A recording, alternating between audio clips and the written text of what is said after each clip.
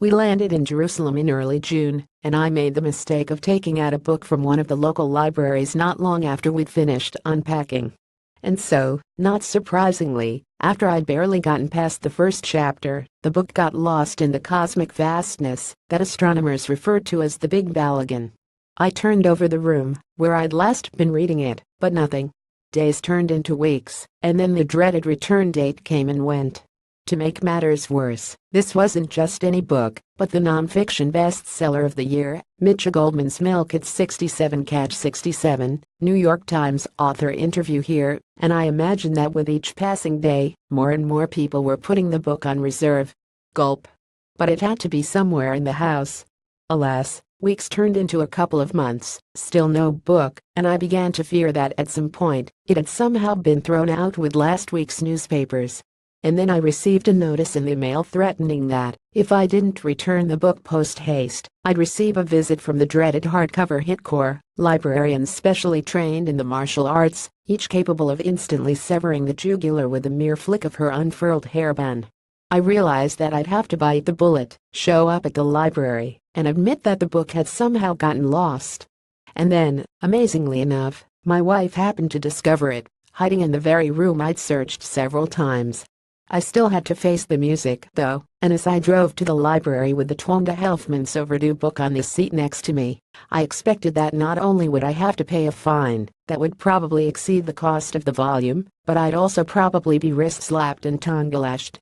Maybe even horsewhipped, book-bunted and hit-it as I parked across from the library, ready to face whatever fate had in store. I realized that the only way I might get out of this unscathed would be if we're somehow to avoid Sourpuss, the senior librarian, and deal instead with her assistant, ever-smiling elderly person.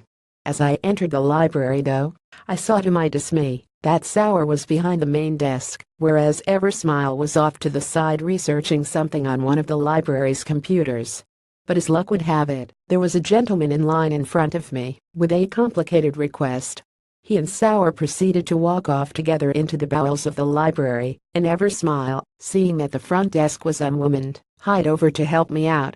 I sheepishly explained the situation, while handing over the book, and without so much as a hint of a scowl crossing her face, she wordlessly took it from me, entered the book's information into the library system, and blandly announced that I would have to pay a fiveshikal nas, a fine of a somewhat over $1.25 at current exchange rates. I couldn't help but recall the oil-rich Arabian sheiks in the Austin Powers movie when Dr. Evil demands that they collectively pay him a ransom of $1 million, but unlike the sheiks in the movie, I somehow prevented myself from bursting out laughing, though it took all the willpower I could muster. Still, I wasn't entirely out of the woods.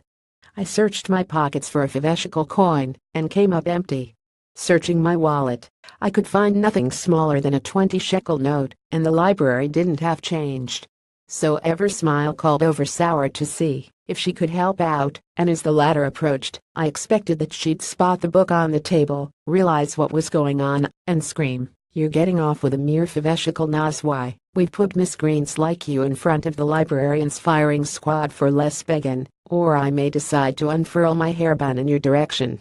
But she simply took the bill, fished out a 10 and 2 fives from her purse, and gave a 5 to Ever-Smile and the rest to me. I quickly absconded from the premises. So my New Year's wish for you, dear reader, is that if during the course of 5778 you should find yourself in deep doggy-do anticipate being in this situation, may it turn out to be a mere tempest in a teapot, or if you so prefer, an inverted AeroPress filled to the brim with premium coffee and water just off the boil, gently stirred. And may your book of life be a riveting bestseller, all of whose chapters finish on a joyous up note. Shana Tova, like us on Facebook, get our newsletter, follow us on Twitter,